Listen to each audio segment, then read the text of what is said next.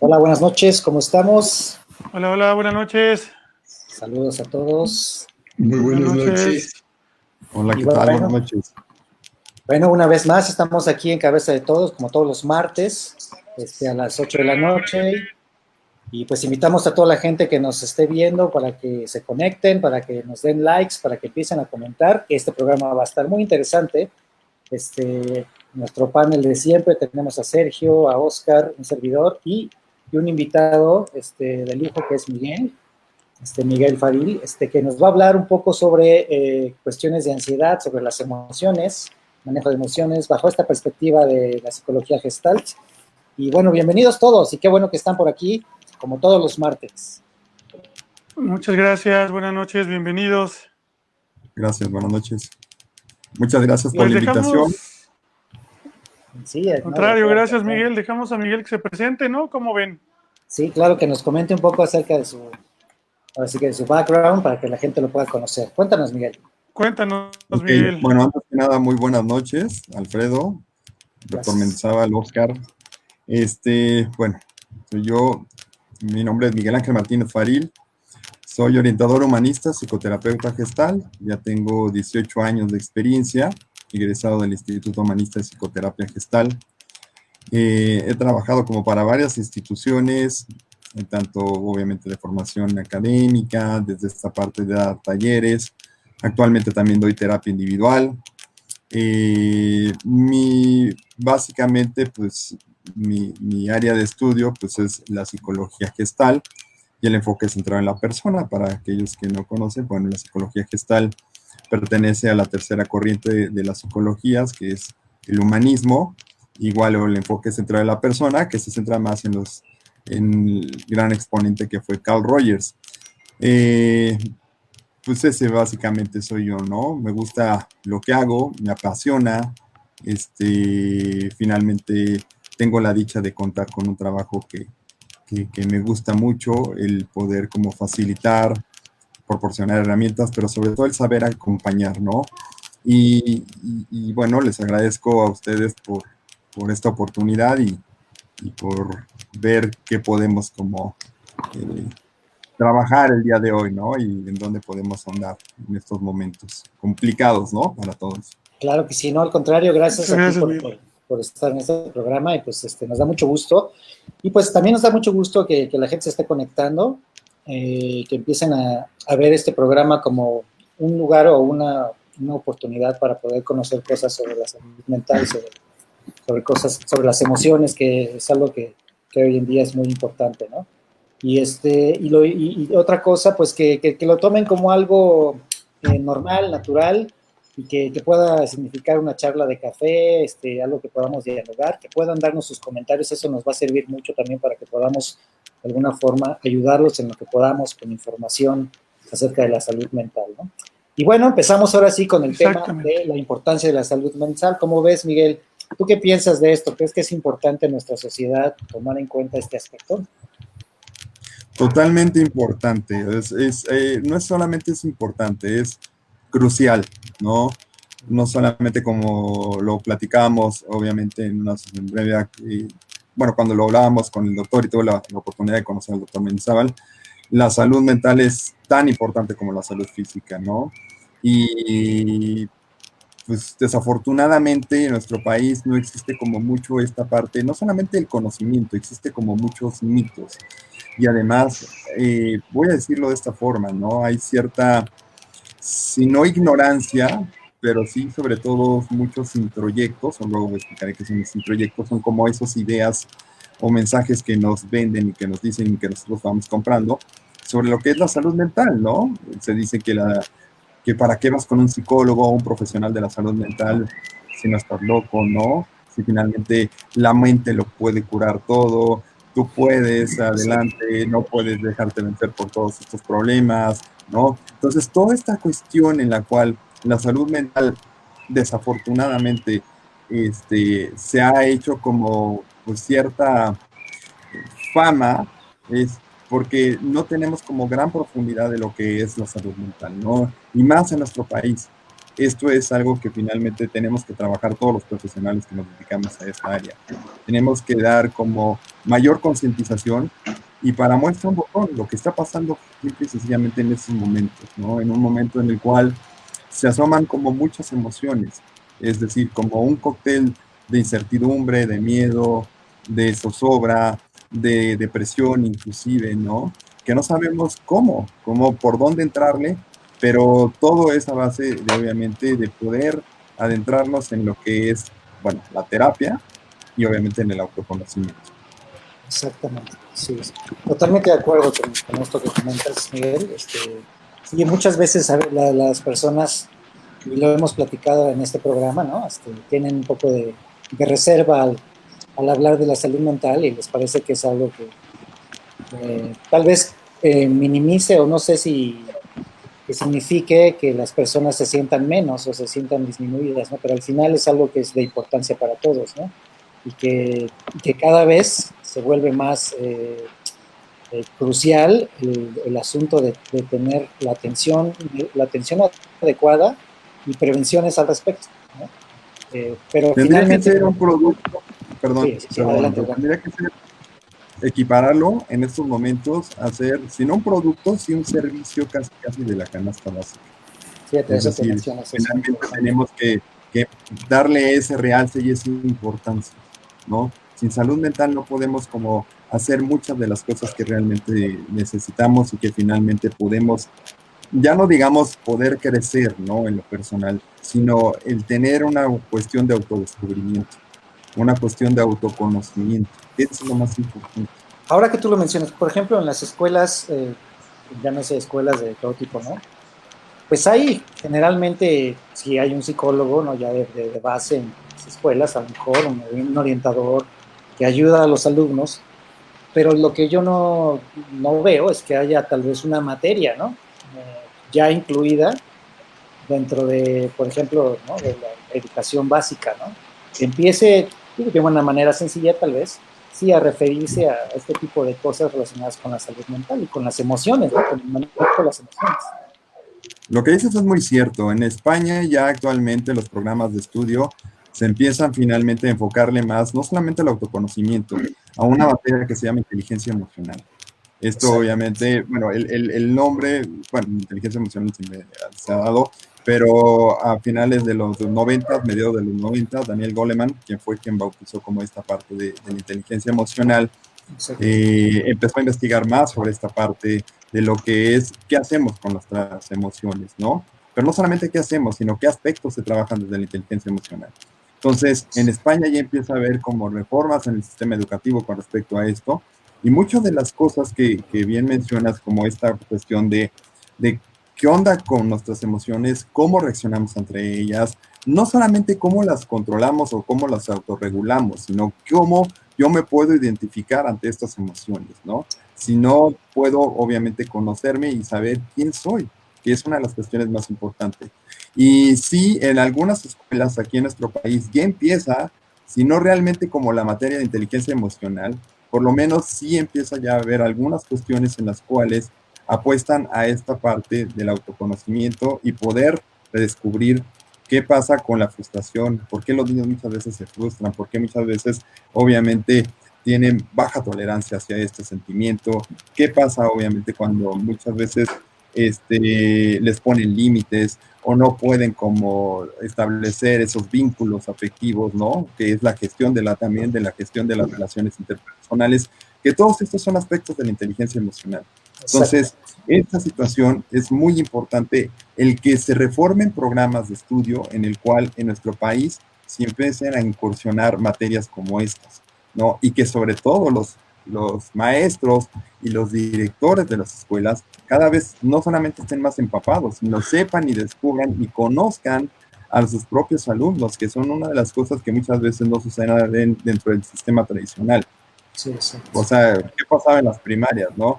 Cuando puedes tú tener primarias, secundarias en las cuales la matrícula es bastante elevada, pero finalmente eres a veces un número más. Aquí se trata obviamente en la inteligencia emocional y estos sistemas pedagógicos de tratar de ponerle nombre a esa persona y el rostro, ¿no? Y cuáles son sus necesidades y sobre todo, qué pasa con esos individuos, ¿no? No solamente en la cuestión académica. sino en la cuestión de las necesidades, de lo que son los sentimientos, sino ponerle finalmente la identidad a cada persona que está estudiando. Mira, eso Pero que a ver, dices... Sí. Adelante, Alfredo, adelante. Eso es muy interesante, te lo digo como yo soy también profesor, soy académico, en algún momento lo fui,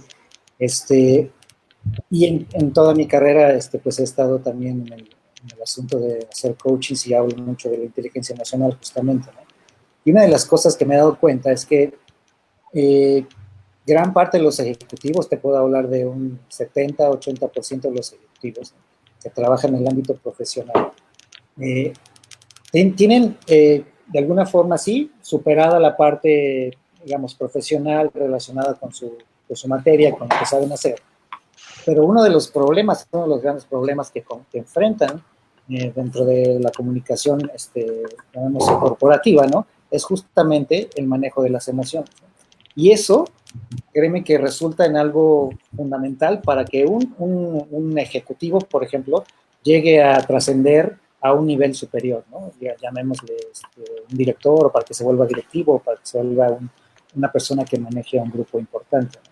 Entonces, la importancia de esto, como en las escuelas, como tú lo comentabas justamente, no hay algo que te diga, o digamos una materia específica en la que te digan, ok, si eres un ingeniero, bueno, vas a estudiar ingeniería y todo eso, pero tiene que haber también una base, ¿no?, de estudio de la inteligencia emocional también para que tu desarrollo profesional sea más integral. Entonces, creo que también es muy importante. De hecho, esta cuestión que mencionas, lo de la parte del liderazgo, es muy importante para alguien que funge como líder. Es muy importante esta cuestión de la inteligencia emocional. Nos han metido incursionado o nos han introyectado mucho esta parte de que sí, el área académica es muy importante, por supuesto, ¿no? El área de los conocimientos, el tener buenas calificaciones es muy importante, la preparación, inclusive, ¿no?, el cuadro de honor, todo eso, pero creo que es más importante la parte de conocerse a sí mismo y qué onda con nuestras emociones, ¿no? ¿Cómo puedo yo autorregular esas emociones? ¿Qué me pasa con la tolerancia a la frustración? ¿Qué me pasa con esta parte en la cual a veces me ponen límites? Y sobre todo, ¿cómo puedo, un líder, por ejemplo, es tan importante que quien trabaja, obviamente, con un equipo de trabajo, valga la redundancia, pues sepa conocer ese grupo. Mira, les voy a comentar brevemente. No sé si ustedes tienen noción, yo creo que sí, Oscar, tú sí, de quién fue o quién es Phil Jackson. Sí, claro. Sí, claro. Ok, no sé si el doctor Mendizábal. Bueno, Phil Jackson es un coach que estuvo con dos planteles muy importantes, los Toros de Chicago y con los Lakers de Los Ángeles. Y él hace unos años sacó un libro que se llama 11 Anillos. Este libro yo tuve la oportunidad de poderlo leer y es una persona que se dedicó precisamente a estudiar parte de la psicología humanista. Estuvo un tiempo ahí, fue dentro de sus viajes también al Tíbet, estuvo también en parte de Medio Oriente, actualizándose. Él fue jugador de básquetbol, pero no tuvo como este talento extraordinario que tuvo, pues bueno, muchos de los jugadores que él manejó. Pero él explica en el libro, en el cual pues, se le atribuye mucho, ¿por qué se llama 11 anillos? Porque finalmente ustedes saben que en la NBA, pues cada campeonato es un anillo, ¿no? Les dan así. Entonces, él tuvo la capacidad y la inteligencia emocional de saber coordinar y dirigir a dos planteles con grandes talentos. O sea, estamos hablando de un Michael Jordan, en el caso de los Toros de Chicago, un Scottie Pippen, ¿no? Plagado de estrellas. Y luego se fue a los Lakers de Los Ángeles y estuvo con Shaquille O'Neal, con grandes estrellas, ¿no? Claro. Con Kobe Bryant, paz descanse. Entonces, Scottie Pippen en los Toros de Chicago, él decía que finalmente la función de un psicólogo, obviamente hablándolo laboralmente hablando, porque él después se mudó como psicólogo, pero de un coach también es saber y conocer y detectar las necesidades de cada persona que componen el equipo de trabajo, pero sobre todo las inquietudes.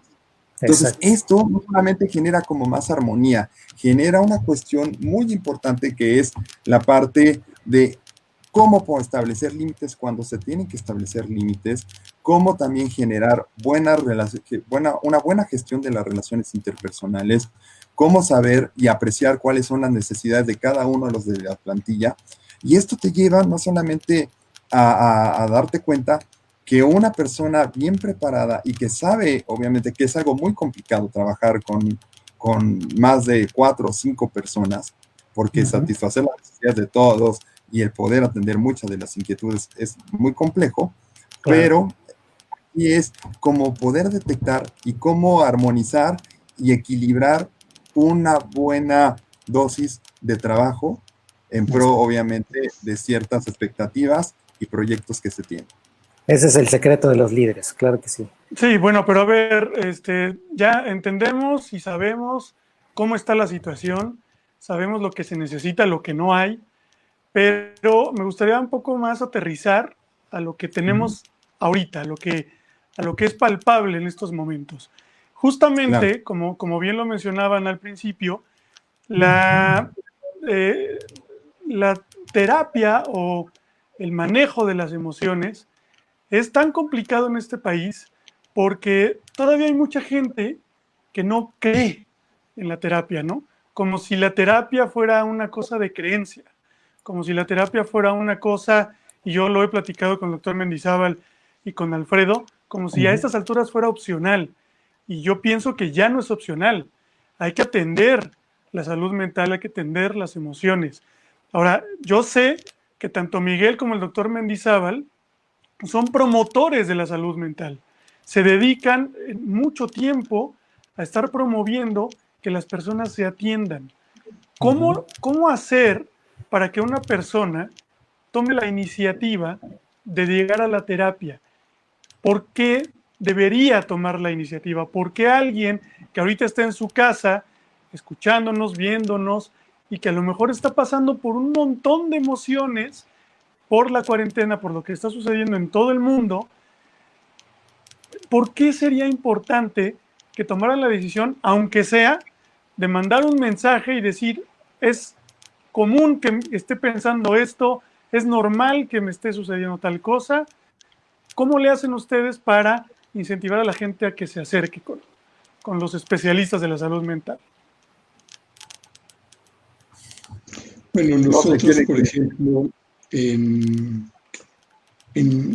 la alcaldía de Tlalpan, trabajamos más o menos con un grupo importante de escuelas y estamos llevando a cabo toda una serie de talleres constantemente con los papás en educación para padres. O sea, yo creo que esto debe ser como una situación muy amplia,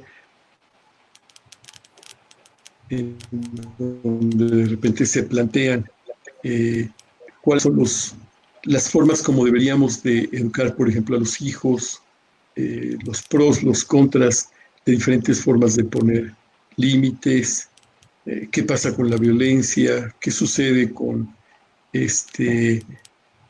los conflictos intraescolares como el bullying o este tipo de cosas que son como un reto. Pero ahora, ¿qué sucede cuando de repente nos quitan nuestra libertad? Estamos presionados con una pandemia y tenemos que convivir muy de cerca con la familia. Entonces, en ese momento yo creo que es muy importante que la gente se dé cuenta que si de repente empieza a haber violencia, si empieza a haber angustias, tensiones, temores, miedos desproporcionados, exagerados, pues puede ser un momento de acercarse a buscar una comprensión desde un punto de vista, como podría ser, bueno, pues así como nos da fiebre cuando pues tenemos una enfermedad física y nos avisa de que está mal, ¿cuáles son estas muestras de tensión o angustia que puede tener una persona que nos indica que se necesita una atención en salud mental? La ansiedad, por ejemplo, ¿no? Sí, cómo poder distinguir esas manifestaciones, ¿no? En el día a día, ¿no? Eso es importante, ¿no? Para que justamente la gente lo pueda canalizar con, como dices, como dice Sergio, bien dices, uno va al doctor cuando siente una gripa, ¿verdad? Pero no lo hace comúnmente cuando tienes un sentimiento de ansiedad o una emoción que a veces ni siquiera puedes describir, ¿no? Y que al final también es importante. Sí. Es que por lo general, dentro de mucha parte de la mentalidad, es cuando hay un quiebre, es decir, por lo general yo puedo como lidiar con algunas emociones, ¿no? Supongamos, ¿no? Puedes lidiar con una parte de la tristeza, puedo lidiar con una parte de una gran carga de estrés, ¿no? Puedo lidiar con algunas situaciones que finalmente puedo manejar, a lo mejor no de la manera más correcta, pero me permiten ser más o menos funcional, ¿sí? Entonces, mucha gente se acostumbra a hacer esto, el poder decir, bueno, ok, no pasa nada, es un evento más, pero va a llegar un momento en el cual va a haber un quiebre, cuando hay mucha presión o cuando surgen eventos como estos que estamos viviendo, sobre todo cuando hay pérdidas, cuando hay duelos. ¿Cómo enfrentamos esto? Entonces, precisamente cuando surge este quiebre es cuando necesitamos a un profesional de la salud mental. Nosotros tenemos que tener la capacidad y sobre todo como la honestidad y el reconocimiento de decir, yo no puedo con esto solo, ¿no? O sea, incluso, y el doctor Mendizábal, a lo mejor me lo va a confirmar, seguramente va a estar de acuerdo conmigo, nosotros como terapeutas no tenemos ni la última palabra, ni además vamos a ser las personas eruditas. ¿A qué me refiero con esto? Yo como profesional, hablo en primera persona de la salud mental, tengo que tomar terapia, tengo que tomar supervisión de casos. O sea, es una profesión compleja en ese sentido, porque yo no puedo también, porque antes de ser terapeuta soy un ser humano y tengo que lidiar con emociones y tengo una vida y tengo una dinámica y tengo muchas cuestiones, muchos introyectos, muchos asuntos inconclusos, muchas broncas, como cualquier persona. Entonces, eso es una de las grandes contradicciones, una de las contradicciones que nos meten en la cabeza muchas personas que dicen, no, el psicólogo seguramente te va a decir cómo, pero ve cómo es su vida. Pues claro, antes de ser psicólogos, antes de ser psiquiatras, antes de ser terapeutas, somos seres humanos, somos hombres de carne y hueso, y también tenemos duelos, también tenemos pérdidas, también tenemos periodos de crisis, tenemos periodos de tristeza, tenemos periodos de ansiedad. Claro, entonces tenemos nosotros que tener rigurosamente, por congruencia profesional, tener el acompañamiento de un profesional que también nos diga, oye, también estás acompañando a personas y tu profesión es de una responsabilidad muy grande, entonces tienes que tener esta capacidad, sobre todo, de poder tener un acompañamiento muy cercano de un profesional, o sea, es decir, de un colega que vea las cosas que tú no ves. Entonces también muchos de nosotros tenemos pareja y también tenemos broncas de pareja. Entonces, no por el hecho de ser terapeutas o profesionales de la salud mental, ni tenemos la última palabra, ni tampoco, esa es otra de las cosas que se maneja muchas veces en terapia, damos consejos. Un psicólogo o un terapeuta que da consejos, perdón, lo que voy a decir, no es buen terapeuta y no es buen psicólogo. Claro. Nosotros damos un acompañamiento y reflejamos muchas de las cosas y proporcionamos herramientas para que se nos facilite más la vida y sobre todo la gente conozca, que es el objetivo de cualquier terapia, trátese del enfoque que sea, llegar a un autoconocimiento. Ahora, a ver, perdón, Miguel, perdón, corríjanme si me equivoco. Muchas personas se confunden cuando dicen, es que yo no necesito terapia, porque además no creo en la terapia, porque a lo mejor me pongo a hacer alguna actividad y se me pasa lo que estaba pensando, lo que estaba sintiendo.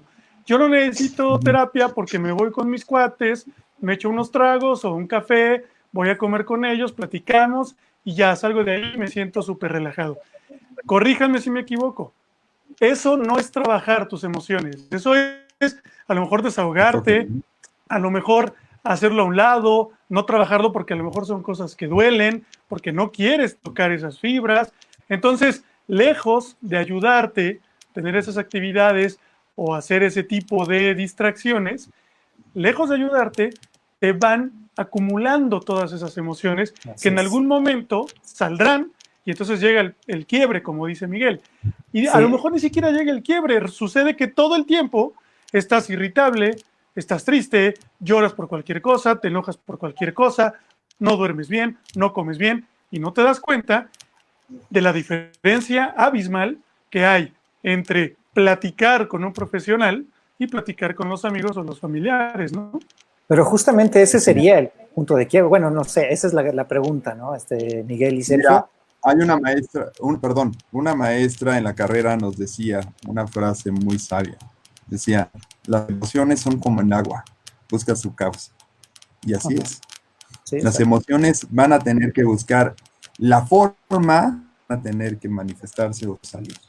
Si no es a nivel terapéutico, es decir, con un profesional en el cual yo me puedo sentir escuchado, yo puedo hacer un ejercicio de catarsis, sí, por lo menos, si no hago eso, pues luego obviamente puede aparecer una úlcera, probablemente pueda aparecer obviamente un cuadro gripal, probablemente después pueda yo sentir o somatizar mucho de lo que está pasando, que es lo que está pasando ahorita con el estrés, con la ansiedad. Ahorita que estamos muy en contacto y con mucha información de todo lo que es la pandemia, hay muchas personas que somatizan mucho de esto, pero esa somatización es producto de la angustia y de la ansiedad que muchas veces no saben qué es eso. Claro. Entonces, es como, no digo que todos, ¿no? Pero mucho de esa parte, obviamente, empezamos a somatizar nuestras emociones. Y esto viene por una falta de autoconocimiento y porque no sabemos cómo le hacemos con nuestras emociones. Entonces, es de ahí tan importante la parte pero sobre todo el autoconocimiento. Ahora, fíjate, Por poner un Miguel, ejemplo, ¿no? Sí. Sí, adelante, Sergio. estaba yo pensando las diferencias que pueden existir entre el ámbito de un consultorio en donde nosotros pues vamos a dar terapia y vamos a atender a una persona individual. Ahora que empezamos a encontrarnos con una situación generalizada en donde todo el país está enfrentando una situación de mucho estrés. Y Así es. ahora, ¿cómo nos vamos a referir? Ya no a la persona que nos consulta para una terapia, sino un país que en determinado momento está viviendo una situación traumática. Nosotros, por ejemplo, tenemos que pasar, yo pienso, de la parte terapéutica de relacionarnos con una persona que nos va a consultar a una situación en donde tenemos que prevenir la enfermedad mental o el estrés o la angustia en masas, en grupos muy, muy amplios, en donde yo creo que la comunicación pues tendrá que ser una manera de instruir a la gente como para saber pues qué vamos a hacer en este momento. Entonces, Sí, tenemos que educar y pues por supuesto hasta sí. vamos a dar consejos y vamos a ampliarnos. ¿Qué consejos diría yo en este momento a nivel general? Jueguen con sus hijos, sobre todo con los hijos pequeños. Es muy importante que no nos atrape la situación de tensión, de angustia y que sean los medios los que dirijan nuestra vida. No, vamos a jugar con los niños pequeños, vamos a entretenernos entre todos nosotros, vamos a reírnos, vamos de alguna manera como adoptar una actitud terapéutica en la vida cotidiana. Y también con los adolescentes. A los adolescentes hay que enseñarles a comunicarnos con ellos a través de que nosotros hablemos de nuestras propias situaciones. Por Pero ¿qué ejemplo, pasa, doctor Miguel, el otro día Mendizábal? comentabas, pues, ¿a qué edad empezaste tú a ir a terapia? ¿Yo? Sí, les Sí. decía yo Yo, que ¿a yo qué empe- edad empezamos nosotros a ir a terapia? Ah, Sí, sí. sí, Y yo, por entonces ejemplo, tú desde mi... comentabas que desde muy joven empezaste a ir a terapia. Bueno, pues Así yo es. también, yo empecé a ir desde los 15 años Pero ahora y pienso pues Yo ya que empecé más tarde. no, Ya, yo también, justamente, sí, adelante, Sergio. Adelante, Oscar. Sí. pero, gracias, yo pienso, ¿qué sucede cuando los adultos son los que no son capaces de tomar esa iniciativa de jugar con los niños porque simplemente no pueden, porque no están siendo capaces en esta etapa de cuarentena o con los adolescentes siquiera de comunicarse. Ese yo pienso que es el problema real ahora, ¿no? Porque está bien darles estos consejos, incentivarlos, pero no todo es, como lo decía Miguel hace rato, de échale ganas, porque muchas veces la gente dice, o casi siempre la gente dice, es que le echo las ganas, pero no puedo, pero me no rebasa. saben. Creo que tienes toda la razón. Su Mira, planteamiento ¿qué debe hacer ser algo ahí? como muy concreto, Oscar. Es, si tienes hijos pequeños, juega con ellos, porque todavía no tienes armado todo un bagaje, un lenguaje, una comunicación. Y entonces, pues, el juego te permite acercarte a ellos y de alguna manera nos podremos enterar de qué sienten, qué piensan, qué les pasa.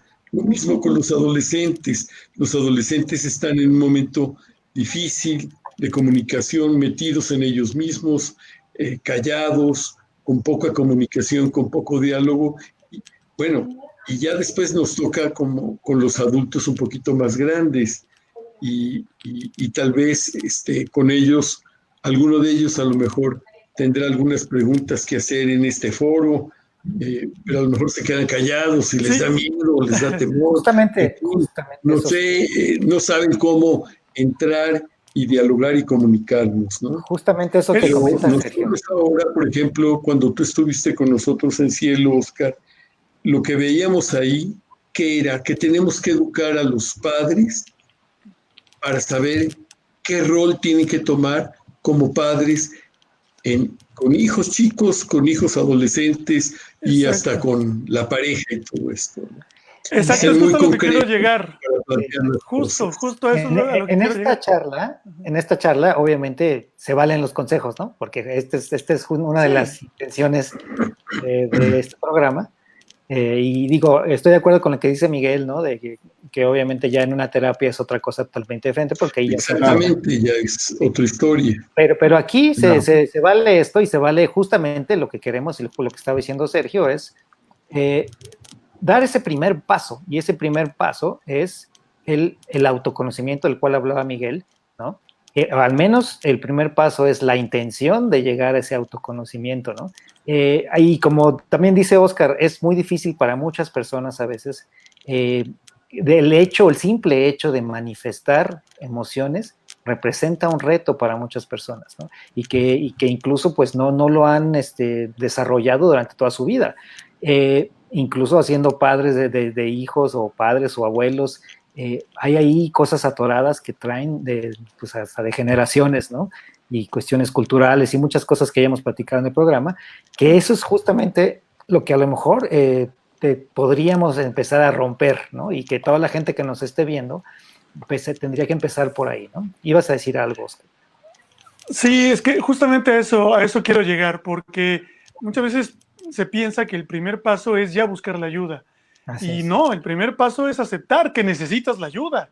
Entonces, y lo planteaba así, ¿no? ¿Qué está pasando o qué sucede cuando los adultos son los que no son capaces de tomar la iniciativa de jugar con los niños? Entonces allí es donde yo planteo, es ahí donde necesitas la ayuda. Justo allí, porque no estás siendo capaz. Si tú solo o sola no estás pudiendo jugar con tus hijos por iniciativa propia, ya requieres de un acompañamiento, de un apoyo. ¿Quién te lo va a dar? Pues a lo mejor tu familia no, porque tampoco a lo mejor estás siendo capaz. Los amigos tampoco, porque además los tienes lejos. Entonces, ¿quién va a hacer? Busca ayuda profesional. Es un mito también. Perdón, el rol de los amigos es otro al terapeuta. Claro, es otro. El rol de los papás es otro al del terapeuta. O sea, no cumple esa función. Es más, incluso el rol del esposo, o sea, yo que obviamente estoy casado, no va a ser el mismo, obviamente no le puedo dar terapia, ni sería ético, ni es mi intención darle terapia a mi esposa, por supuesto que no. Exacto, y el otro mito es que la terapia es muy caro, ¿no? Así es, muy cara. Pero algo no es cierto. Quiero rescatar aquí y ahora algo de lo que dijo Sergio, que es muy valioso. hace falta, desafortunadamente, una gran cultura de la prevención acerca de lo que es la salud mental. Y desafortunadamente no existe, no hemos tocado fondo en ese sentido, porque se le da prioridad, perdón, a otros programas que sí son igual de importantes, pero este que en estos momentos nos está tocando vivir, creo que ya nos está haciendo como tocar fondo, porque hace mucho tiempo, al menos yo que tengo uso de razón, nunca me había tocado vivirlo, ¿no? En el cual, pues bueno, Claro. Convergen una serie de emociones y sentimientos, pero se presentan en otras condiciones. Es decir, se le da prioridad a programas, obviamente, contra la hipertensión, contra la obesidad, contra, obviamente, las adolescentes que se embarazan, toda una serie de programas que sí son muy rescatables, pero la salud mental, desafortunadamente, pasan gobiernos y sexenios y no se le da el papel fundamental y preponderante que realmente tiene y que necesita. Entonces, creo que muchas veces queremos rescatar, al menos dentro de nuestra cultura, queremos trabajar lo más urgente y no lo más importante. ¿Cuál es lo más urgente? Bueno, sí, pues fíjese que mi hija se embarazó, ¿no? O sea, ¿cómo le hago? Pues sí, pero no hubo una cultura de la prevención en muchas otras cuestiones a nivel emocional, como decía Sergio, ¿no? Que es muy lindo esta labor que hace de ofrecer talleres para padres de familia en las cuales, pues, orientas, aconsejas, apoyas, contienes, ¿no? Que pues, por una u otra razón no toda la gente tiene como esta oportunidad. Y algo de lo que también comentaste, Sergio, y que se me hace muy importante es cuál va a ser el papel de la psicología a nivel social a partir de este evento. Es decir, ¿qué va a suceder? No solamente en la cuestión del consultorio y la cuestión clínica, sino cómo vamos a abrirnos todos los psicólogos, porque se va a venir una situación compleja a partir de un evento en el cual va a haber situaciones postraumáticas que habrá que atender. Y no solamente me refiero a hospitales. Ojalá a partir de esto, porque esto hay que tomarlo como un aprendizaje, se abran más centros en los cuales, que para muchas personas que no tienen obviamente los recursos o la capacidad económica, pero sí, sobre todo, que quieran y sientan la necesidad y la inquietud de poder decir, algo está pasando, a lo mejor no puedo lidiar con esta pérdida, no soy el mismo que era hace unos meses, algo me estoy sintiendo mal, o sea, no, algo cambió en mí, algo se rompió en mí, pueda acercarse en esto. Entonces son dos papeles fundamentales lo que menciona él. La parte, mencionas tú, Sergio, lo que es la cultura de la prevención y la parte de la psicología social a partir de una situación pues tan traumática como lo que estamos viviendo, ¿no? Es correcto. Sí. Claro, porque fíjate, lo que vamos a enfrentar ahora son los síndromes de estrés postraumático, porque estábamos muy preocupados por la situación de los temblores o de las lluvias y las inundaciones. Ahora resulta que de las pandemias, bueno, ya no sabemos ni por dónde, es una gran cantidad de estímulos emocionales que tenemos y que posiblemente vamos a estar reviviendo ahora con los distintos tipos de situaciones. Entonces, yo sí considero que es muy importante que en determinado momento, por ejemplo, nosotros donde trabajamos y estuvimos trabajando con Oscar en Cielo, tenemos el área psicoterapéutica, pero aparte del área psicoterapéutica, tenemos los talleres. Y en el taller, ¿qué le tienes que decir a un papá? Bueno, pues tu función, tu tarea más importante en esta vida es ser padre. ¿Y cómo vas a ser papá? Te tienes que comunicar con tu hijo. Y con los hijos pequeños te vas a comunicar con el juego, pero con los hijos grandes, dales el ejemplo de cómo te tienes que comunicar a través de hablarles de tu propia vida, de que les digas en qué consiste tu trabajo, cuáles son los retos que tienes como padre para ganar dinero y a lo mejor salir y comprar la comida y tener para los doctores y bueno, tienes que transmitirles que la comunicación es fundamental para que el joven venga, se acerque y le cuente al papá lo que le está sucediendo, pero con el mismo ejemplo y la misma actitud que tenga un padre, de decir, esto me pasa y yo también tengo problemas y yo también tengo crisis y a mí me están sucediendo muchas cosas, no solo como terapeuta, sino como papá. Exactamente. Para que quien nos está viendo y no sabe bien a bien qué es lo que se hace en cielo, yo creo que pasa en todos los ámbitos de las terapias. Generalmente los padres van ahí, las madres van allí, porque tienen a lo mejor a un hijo rebelde, a lo mejor a un hijo que no hace caso, y piensan que lo van a llevar a terapia a cielo para que lo corrijan allí. Ya después se dan cuenta, después caen en cuenta de que la terapia no es para el niño o la niña, Claro. es para los papás. Claro. Porque los papás, y voy a sonar reiterativo, son los que no están fungiendo esa función, ese rol que les tienen que ayudar a los niños justamente a comunicarse y a tener una salud emocional que ellos no tienen, ¿no? Entonces, vuelvo a lo mismo. ¿Qué factores podrían ser detonantes para que una persona diga, ok, sí necesito apoyo? Justamente ahora Miguel viene a platicarnos sobre las emociones, a platicarnos un poco sobre describir estas emociones, ¿no? Y poder, de alguna forma, discernir entre una y otra. ¿Qué te parece que lo vayamos platicando, Miguel? Claro que sí. Sí, bueno, puntualizar antes que nada, obviamente, dentro de la psicología gestal se le da gran importancia a lo que son las emociones, ¿no? Y sentimientos. Tomando, obviamente, este texto de la doctora Miriam Muñoz Polit, que habla primero, obviamente, hablando de la sensación, ¿no? Que son, obviamente, como fenómenos que se separan solamente en lo teórico, pero que se encuentran unificados, ¿sí? Y tenemos dos tipos de emociones, dos tipos de sensaciones, perdón, las placenteras y las displacenteras. Ahorita estamos, obviamente, en un gran ejemplo de lo que son una sensación displacentera. ¿Cuáles son las sensaciones displacenteras? El estar coartado, el estar confinado, el estar encerrado, el que no puedo hacer mi vida que tenía antes, el que a lo mejor ahorita perdí mi trabajo o no sé qué va a pasar con mi trabajo, el que en estos momentos a lo mejor no tengo los recursos necesarios. Esas son sensaciones displacenteras, ¿no? Y que es como muy importante el poderle poner nombre a lo que me está pasando. También podemos obviamente tener las sensaciones placenteras. ¿Cuáles son?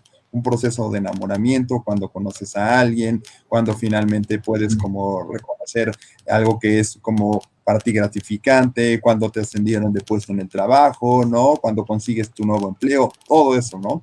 Entonces, las emociones desde la psicología gestal se dividen en lo que se llama, lo que se conoce como MATEA. Primero, que son 5 emociones básicas, que es el miedo, la alegría, la tristeza, el enojo y el afecto. Okay. Las emociones no son ni buenas ni malas, simplemente son. Y todo el tiempo van a estar con nosotros, ¿sí?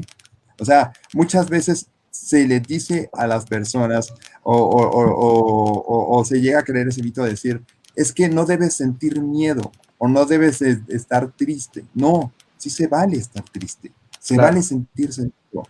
Ahorita, ¿cómo le puedes decir a un niño en estos momentos? Es que, ¿por qué tienes miedo? O sea, estamos juntos, ¿cómo? ¿Por qué tengo miedo? Existe una realidad allá afuera, ¿no? De que hay un virus, de que finalmente este virus también hay una situación muy peligrosa, hay ciertos riesgos. Entonces el niño obviamente también está, obviamente como en esta cuestión de que escucha, ve cosas, o sea, siente cosas, obviamente, y esta doble información lo puede obviamente decir, bueno, ¿cómo no va a sentir miedo? Entonces, lo que estoy sintiendo no es normal para lo que estamos viviendo. Entonces, ¿por qué ¿Y cómo no voy a estamos sentir miedo si lo veo en ti, no? Exactamente, sí. O sea, ¿y cuáles son las referencias en ese sentido? Predica con el ejemplo. ¿Cómo no voy a sentir miedo si de repente alrededor de nosotros la gente empieza a enfermarse y se empieza a morir, digamos? Exacto. Ya están hospitalizados y se manejan cifras así, ¿no? Y es cierto. Entonces, como esta cuestión en la que obviamente es como muy importante sentir esta parte de la congruencia, pero sobre todo la parte de la contención, ¿no? ¿Cómo puedo yo también sentirme escuchado en mis emociones? Si me siento triste en un momento en el cual yo como padre de familia, ¿cómo me voy a permitir llorar en estos momentos a lo mejor enfrente de mis hijos? No pasa nada. Porque eso se vive como fragilidad. Exacto. Y no llorar y es no una fortaleza. Fragilidad. Entonces ahí hay muchos mitos culturales, ¿no? También. Claro, nos han dicho Muchos. que la debilidad no es buena, ¿no? Que tú siempre debes de salir adelante, que siempre debes de poner buena cara, que siempre debes de, obviamente, de tratar de ser el mejor, el más competitivo. Y cuando la naturaleza nos enfrenta a una realidad como esta, en la cual nos sentimos frágiles, vulnerables, nos sentimos obviamente, pues, coartados en muchos sentidos, pues, ¿cómo le hago para salirme de esta situación, ¿no? O sea, Es que lo platicábamos hace algunos días, ¿no? Es este mito, como lo decías, Miguel, hace unos minutos, de, a ver, controla tus emociones. Y no, a ver, las emociones no se controlan. Controlas lo que vas a hacer con ellas, ¿no? claro, O sea, claro. no puedes controlar sentir miedo porque lo sientes. No puedes controlar sentir alegría, tristeza, enojo, porque lo sientes. Lo que sí puedes Claro. controlar es lo que vas a hacer en consecuencia cuando tienes ese sentimiento. Así es. Claro. ¿De qué manera lo vas a calcular, no? ¿Cómo lo vas a Exacto. canalizar y no dejar que se refleje hacia, o sea, o que te perjudique en cierto sentido, lo que te rodea, ¿no? Así es. Y es como esta parte en la cual, pues, es como muy importante antes de poder regular, es como reconocer cuáles son mis emociones, ¿no? A lo mejor también en esta situación, ya hablando de este cuadro, que imagínense una persona que sufre de ataques de pánico de manera constante y que a lo mejor tiene un diagnóstico de trastorno de ansiedad generalizada y a lo mejor esa persona no lo sabe. Esta situación está siendo muy complicada en estos momentos para ella, porque a lo mejor hay una cuestión neurofisiológica que, y por una u otra razón, se presenta neurofisiológica que en estos momentos no sabe por qué siente más ansiedad o siente más miedo que otras personas. Porque a lo mejor nunca ha ido como a nunca se ha permitido tener la oportunidad de ir a un profesional de la salud y sobre todo decir, bueno, tú manejas un poco más de ansiedad, no está mal. Lo importante aquí es que tú sepas cómo reconocerla y saber de dónde viene. Y la importancia de la familia, ¿no, Miguel, doctor Mendizábal, o del entorno que tiene esa persona? Porque si él mismo o ella misma no lo entiende, pues menos los demás, ¿no? A lo mejor ellos tampoco comprenden qué es lo que le está pasando. Entonces no hay quien te pueda apoyar ahí. Así es. Sí, aquí mencionas, Miguel, un sentimiento es una sensación corporal que interpreto y concretizo. Eso me parece interesante, ¿no? Es decir, cómo poder interpretar esas sensaciones que tenemos. Aquí tenemos, por supuesto, un disco que maneja diferentes tipos de emociones y que los cataloga muy bien, que después vamos a compartir con todos los que nos están viendo, por supuesto, los vamos a postear en la página, en cabeza de todos. Pero aquí lo importante es que justamente la gente empiece a trabajar en esta idea de interpretar sus emociones y de tratar de concretizarlas, ¿no? Sí, que les empiece a poner nombre, ¿no? Y que sobre todo empiece como a descubrir qué está pasando. Que no está mal sentirse triste en estos momentos, no está mal sentirse ansioso, no está mal sentirse a veces como más tranquilo, ¿no? Es decir, en estos momentos se vale a veces un día despertarse pues como más enojado, en estos momentos se vale a veces despertarse como más incomprendido, a veces se vale en estos momentos sentirse con ganas de llorar. Es lógico, lo que estamos viviendo es una situación complicada, pero esto se torna más complejo cuando no tenemos como no solamente esa autorregulación, no podemos conocernos y saber qué nos está pasando, y eso va a ser muy difícil si no iniciamos como un proceso de autoconocimiento. Claro, entonces amigos, los que nos estén viendo y los que nos vean, pues ojalá les pueda servir este disco para empezar a hacer este trabajo, ¿no? Porque de ahí parte uno del autoconocimiento y también, por otro lado, compartirlo con la familia para que se vayan identificando este tipo de emociones y que no se caigan en malos entendidos, porque muchas veces, ¿no? Como dices tú, Miguel, se despierta uno con enojo, con ira o lo que sea, pero lo que no hay que hacer es dirigir ese enojo, esa ira a los que tienes a tu lado, alrededor, sino tratar de ver la forma en la que puedes canalizarlo. Y por otro lado, los seres que tienes alrededor que puedan entender ese sentimiento también para ubicarlo, ¿no? Y poder comprenderlo y ser empáticos, ¿no? Así es, Así Sí, es. a ver, hablaré desde mi experiencia práctica con el manejo de las emociones. Cuando yo empecé a descubrir qué era la inteligencia emocional, y suena muy fácil, ¿no? Ah, pues siento miedo y ya. No, no, a ver, sí, pero ¿de dónde viene ese miedo? O estoy enojado, pero ¿por qué estás enojado? ¿De dónde viene y dónde lo sientes? Cada persona lo siente de manera distinta. A Así lo es. mejor alguien simplemente tiene como un dolor de estómago y ahí radica su enojo, ¿no? A lo mejor a alguien le duele la cabeza y ahí radica su enojo. Es como lo decía Miguel, ¿no? Lo psicomatizas. Entonces, a ver, ¿por qué estoy sintiendo esto? ¿Eres tú quien me lo está provocando? ¿O soy yo? ¿O fue el sueño que tuve? ¿O es que realmente me duele el estómago? ¿O me quise bañar y no pude? ¿O ya tengo hambre? ¿O fue una noticia que escuché hace rato de que el mundo está pasando por esto? ¿O qué fue? ¿De dónde viene? Y a partir de allí, poder empezar, como dice Alfredo, a verbalizarlo. A ver, me siento triste, ¿no? Pero dilo, me siento triste. ¿Por qué? Pues no sé, a lo mejor no dormí bien. Y entonces allí, a lo mejor entre dos, o si vives solo, contigo mismo, empiezas a descubrir en dónde nació ese sentimiento que a lo mejor lleva días o semanas gestándose ahí, ¿no? Así es. Claro. Pero para esta cuestión en la cual muchas veces empezamos como a descubrir, requiere un proceso de tiempo. O sea, no es Que tan no es fácil, fácil. ¿no? Sí, no es tan fácil. Diría Mafalda, Es una ¿quién te dijo que iba a ser fácil? cosa de años, ¿no? En la No, que obviamente nos lleva como una parte en la que, como dice aquí en ese apunte, ¿no? Obviamente la sensación a la cual le doy nombre y significo a partir de mi historia personal, ¿no? Porque a veces me da a mí más miedo el enfermarme que a lo mejor a otras personas. A lo mejor otras personas, o sea, sí puede llamarle, obviamente, y asustarles a que se puedan enfermar, sí, pero a otros a lo sí. mejor los puede paralizar inclusive, ¿no? Porque esto tiene que ver y tiene un significado muy especial en su historia de vida. A lo mejor una persona que tuvo como muchos problemas en cuestión de salud física, a lo mejor esa persona pues va a sentirse, o una de dos, o puede sentirse como más atemorizada en un escenario como este, o bien puede obviamente tener mayor tranquilidad y poder manejar más este tipo de situaciones. Esto Ahí la también va a importancia depender. de acercarte con un profesional que te pueda guiar y acompañar en esto. Ahora, yo Claro. quisiera plantear una situación más concreta, por ejemplo, qué pasa con las ansiedades mayores, en donde de repente uno no registra que el cuerpo y la mente están unidos. Ajá.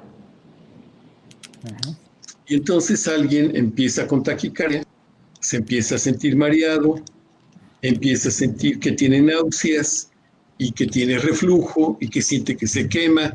Y entonces todos estos síntomas que hacen, no, pues vamos con un cardiólogo porque pues el cardiólogo te tiene que explicar qué te pasa con el corazón o por qué estás sudando de esa manera con todo este miedo, en fin.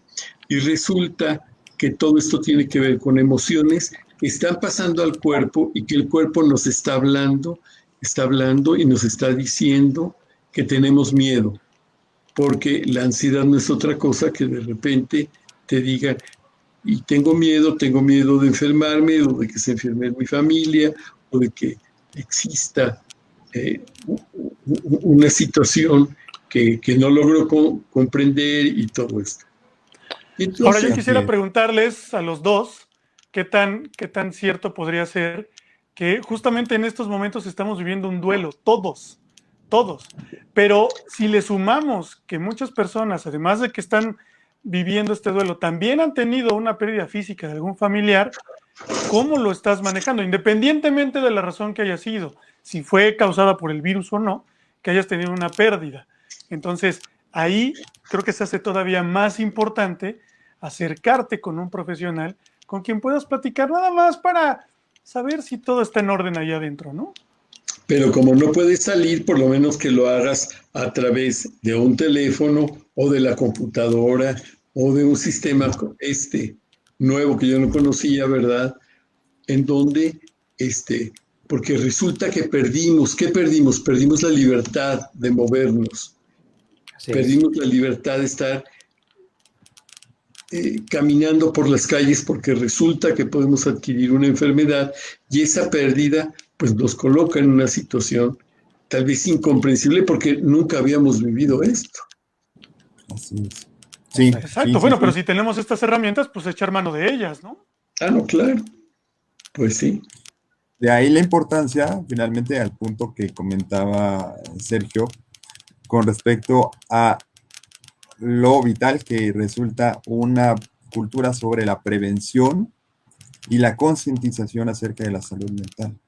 Creo que es lo más importante y son una de las cuestiones que debe darse prioridad en estos momentos. Después de un evento, podría ser un buen ejercicio el aprender y el poder reformar no solamente planes de estudio o programas académicos, sino sobre todo a nivel social, o sea, porque finalmente esto va a desatar todo un estrés, como bien mencionaba Sergio, un estrés postraumático que puede acarrear en depresión, que puede acarrear en ansiedad. Ahorita porque también estamos viviendo con una parte, obviamente, neurofisiológica que se llama la adrenalina. Entonces, esto a lo mejor no lo vivimos tal cual, pero esto va a ser transitorio, esto va a pasar.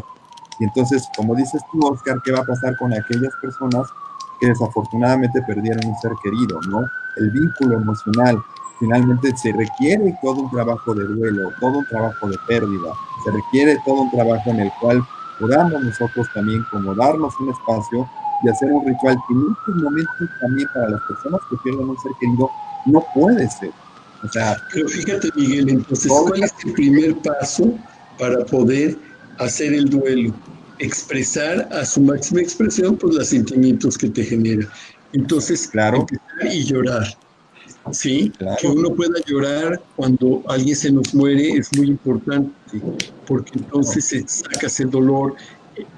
haces una catarsis y le compartes la impotencia a la familia de lo que te significa la muerte, porque tal vez la muerte es incomprensible, todavía no entendemos muy bien qué es la muerte.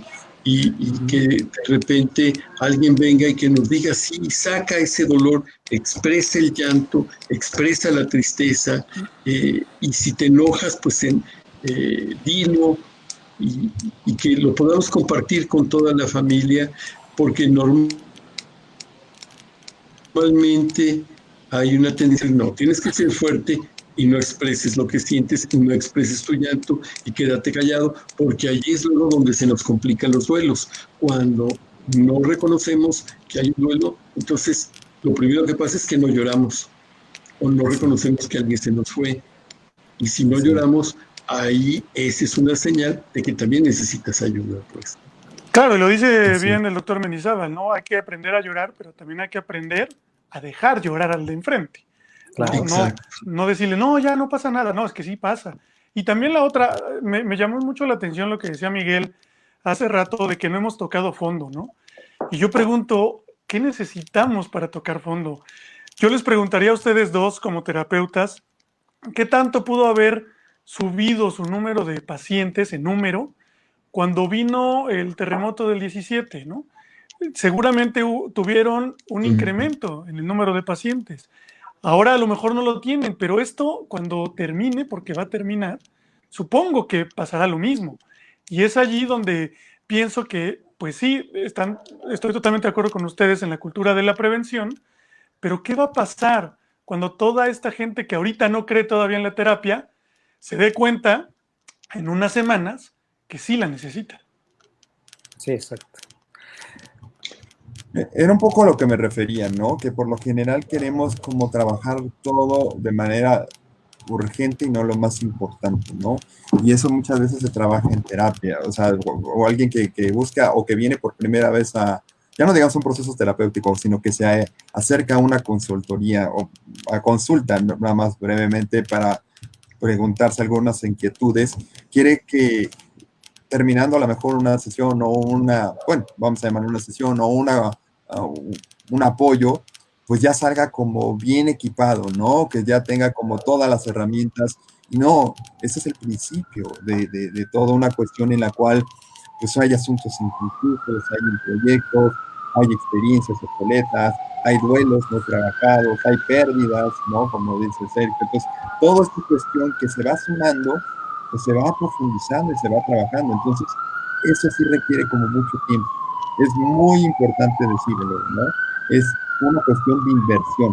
Y no me refiero necesariamente monetaria, de inversión de tiempo, de inversión de autoconocimiento. Tiene que ver con esta parte también de estar dispuesto a hacer una introspección, de saber qué pasa con las emociones y con los sentimientos. Hay personas que muchas veces dicen, no, yo no quiero tocar mis emociones, no, me duele, o sea, yo a eso no le entro. Es muy respetable, ¿no? Justamente Pero eso que finalmente dices. el proceso de sanación para esas personas va a ser muy complejo y va a ser muy complicado. Y Justamente por eso también hay muchas enfermedades físicas que se manifiestan porque no se contactan con las emociones. así. Pero también Justamente hay esto, que, perdón que te interrumpa ahí, hablaban, por ejemplo, de hay que darse la oportunidad de llorar, hay que darse la oportunidad de expresar ese tipo de cosas, pero yo creo que también hay que darse la oportunidad de reír, también hay que darse la oportunidad de manifestar, porque hay muchas personas que les cuesta mucho trabajo en realidad aceptar la felicidad como tal, Claro, que no la abrazan y que no, que piensan que no se la merecen o que piensan que no es para ellos, ¿no? exacto.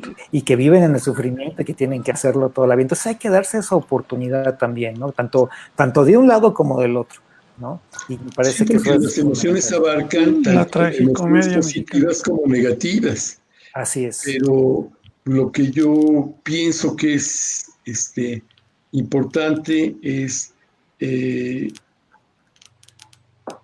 que existe un inconsciente y que ese inconsciente va a actuar y cómo nos vamos a dar cuenta. Ah, caray, pues de repente alguien tiene una pesadilla. Y cuando tienes una pesadilla, ¿qué te está diciendo el sueño? Que tienes que meterte a entender qué es lo que te pasa y por qué tienes esa pesadilla en ese sentido. Ah, porque soñé, pues, a mi tío que se murió. ¿Y qué Claro. significará que hayas soñado a tu tío que se murió? Pues que lo quieres revivir porque te duele mucho que se haya muerto, entonces lo revives en el sueño y los sueños son como una manera de este, eh, realizar una serie de deseos. Y ese deseo que tengo es que no se haya muerto mi tío o ese familiar, entonces lo revivo. Y entonces ese conocimiento que debemos de tener en la cultura general es simplemente saber y tener conciencia que cuando nos duele algo mucho, en los sueños vamos a realizar esos deseos que nos van a aliviar esa tristeza y ese dolor. Así es. Eso Exactamente. por Ahora un lado, sí, Sergio, pero por otro también es como muchas personas que me han compartido y me dicen, es que yo cuando me despierto pienso que esto que estamos viviendo no es real, es como una pesadilla. Y esa es una parte Uh-huh. de la negación en la que muchas veces sucede esto, que dicen, no, es que finalmente no, o sea, me cuesta como mucho trabajo, ya no digamos aceptar, el reconocer que esta situación es real y que nos está pasando y que está poniendo en muchos sentidos, no, si no en un dilema, sí en muchas cuestiones en las cuales podemos sacarle provecho como humanidad. Entonces, Exactamente. esta parte de la negación, muchas personas lo niegan, ¿no? O sea, como dicen, no, no, esto no está pasando. Sí está pasando. Y vamos a reconocer que también siento tristeza, puedo sentir rabia, puedo sentir ira, puedo sentirme a veces abatido, puedo sentirme confundido. No está mal el reconocer las emociones, al contrario, el poderlas reconocer y abrazar y al mismo tiempo caminar con ellas nos va a permitir, obviamente, comprender más de nosotros mismos. Sí, y aprender sí, a comunicarnos en la familia, Así es. todas estas emociones y que se acostumbre la familia a hablar de las emociones, existen, están allí, pueden ser compartidas, pueden ser habladas y no un tabú en donde de repente, no, pues no expreso las emociones porque entonces se me va a criticar o se me va a mostrar que estoy haciendo algo inadecuado. Pues, ¿no? Sergio, sí, Miguel, exacto. yo les quiero pedir que nos recomienden a la gente que nos está viendo, ¿no? A todos, eh, que seamos, bueno, en cuestiones prácticas, ¿qué recomendarían a las personas que están ahorita en cuarentena, ¿no? Como actividades que justamente les ayuden a generar este tipo de comunicación de emociones, ¿no? algunas cosas que les puedan a ellos, pues, por ejemplo, lo que tú mencionabas ahorita, Sergio, siéntense de repente y dime qué sientes, ¿no? Vamos a platicar sobre ciertas cosas, o podemos ver una película y empezar a identificar emociones, ¿no? No sé, ¿no? Ustedes pueden recomendarnos algunas actividades en ese sentido. Claro, Antes de que empiecen, perdón, pienso... Sergio, perdón, doctor Mendizábal, antes de que empiecen, yo voy a hacer una recomendación primero, y es que anoten los correos electrónicos tanto de Miguel como del doctor Mendizábal por si requieren un apoyo después de esta plática que hemos tenido. Entonces, claro, si Miguel nos puede dar su correo electrónico para que la gente se pueda poner en contacto contigo, Miguel. Claro que sí, con mucho gusto. Mi correo es Mafari, lo voy a deletrear, es M de Miguel, A de Ángel, FARILL, @gmail.com. Otra vez, si quieren, lo repito, es MAFARILL, @gmail.com. Es mi correo electrónico. Perfecto. ¿Y el de Sergio Mendizábal? 19S Mendizábal, con ZB grande, A51, @gmail.com. Perfecto, ahorita los anotamos acá, si nos da tiempo, para que la gente los tenga. Ahora sí, perdón por la interrupción, adelante con sus recomendaciones. Estaba hablando Sergio. Sí, yo pienso que tenemos que dedicar un tiempo a hablar de las emociones, entonces digamos los lunes o los miércoles o 3 veces por semana, 1 hora, vamos a hablar de las emociones toda la familia juntos. Si sentimos miedo, si sentimos angustia, si sentimos algo que no queremos decir porque nos da temor lo que van a pensar de mí, y en ese horario, así como comemos, desayunamos o jugamos, vamos a hablar de nuestras emociones y vamos a escucharnos unos a otros y vamos a decir qué sentimos, qué pensamos, desde el rol de papá, desde el rol de mamá, de hermanos o de hijos. Y aunque no tengamos al especialista ahí junto, saquemos como una conclusión de todas esas emociones. O veamos una película, pero veamos la película y hagamos un debate sobre las emociones que se ven en la película, y entonces algún conocimiento. Y si de repente, después de esto, vemos que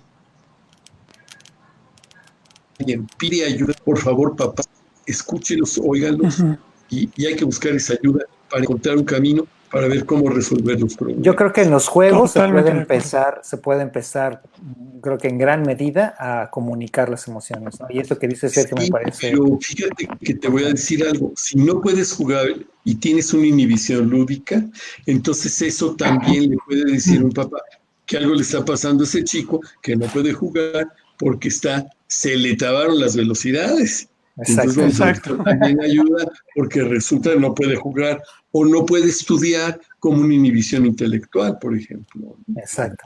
Que es justo lo que se ve en Cielo con el doctor Mendizábal. Exactamente. ¿Y qué nos dices, Miguel?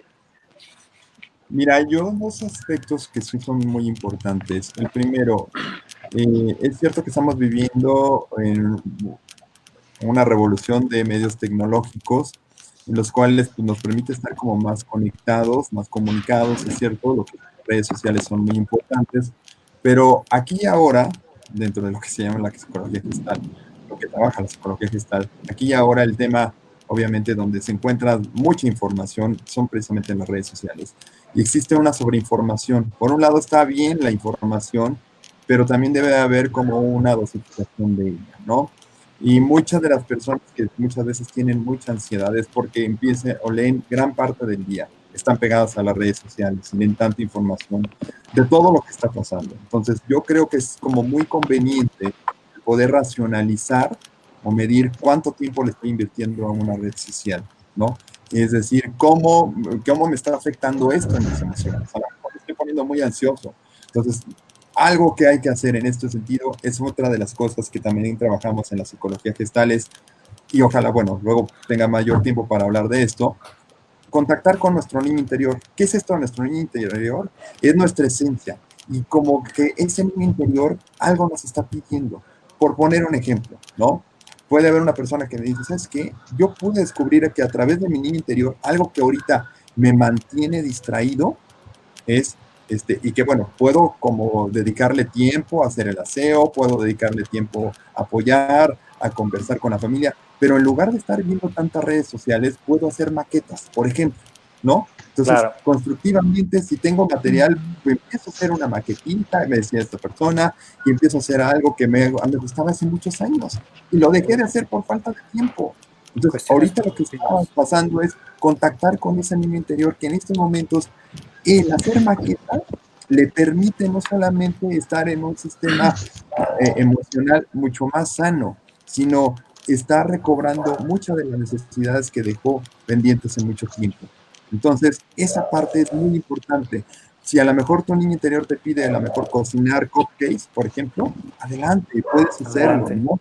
Si a lo mejor tu niño interior te pide como decía Sergio, jugar turista con la familia o hacer cosas que muchas veces este juego cualquier juego de mesa, pero finalmente es solamente para conocer y Claro, dialogar y contactar con esas otras actividades que muchas veces en estos momentos nos generen más tranquilidad que incertidumbre y zozobra. ¿Ah? Perfectísimo. Exacto, Pues como lo mencionas, exacto. sí, adelante. Yo creo que entonces como conclusión es, hay que permitirse, ¿no? Hay que permitirse hacer muchas cosas y eso es justamente una área de oportunidad que tenemos, independientemente obviamente de lo difícil que estamos viviendo, del momento difícil que estamos viviendo en la cuarentena, creo que hay justamente, y tú lo mencionaste, Miguel, una oportunidad también, ¿no? De lo que no nos mata nos hace más fuertes. Entonces tenemos que hacernos más fuertes emocionalmente hablando, ¿no? Y trabajar en ese sentido. Entonces hay que darnos la oportunidad, ¿verdad? De permitirnos hacer cosas como lo mencionan ustedes, que a lo mejor no haríamos en nuestra vida ordinaria o lo que hacíamos antes en los meses anteriores, ¿no? Justamente es un momento para lograrlo. Así es. Y si se Claro. dan la oportunidad, yo también quiero concluir ahí, si se dan la oportunidad de hacer cosas diferentes y toman la iniciativa de comunicarse con Miguel o con Sergio, ya lo pusimos allí, si deciden tomar terapia, ya los comprometimos a Miguel y a Sergio a darles un descuento. Si dicen que Claro. vieron el programa y que gracias al programa están poniéndose en contacto con ellos, tendrán un descuento para poder tomar una terapia o para algún familiar, ¿no? Pues, Así es. pues muy bien, Perfecto. amigos. Pues muchas gracias una vez más. Estamos aquí terminando un programa que me pareció muy interesante y espero que ustedes también lo hayan disfrutado. Una charla muy amena. Creo que nos llevamos cosas importantes y cosas que nos pueden ayudar para estos momentos que estamos viviendo. Y pues saludos a todas las personas que nos ven, denos likes, mándenos sus comentarios y esperemos que suscriban a esta página. Como todos los martes, recuerden, a las 8 de la noche estamos transmitiendo y estamos charlando como el día de hoy de asuntos interesantes sobre la salud mental. Pues un abrazo a todos y esperemos que tengan una muy buena semana. Buenas muy noches. buenas noches a todos. Muchas gracias, Miguel, Sergio, Alfredo. Hasta luego. Cuídense. Muchas gracias por la invitación. Hasta luego, Oscar. Hasta luego. Chao. Nos vemos.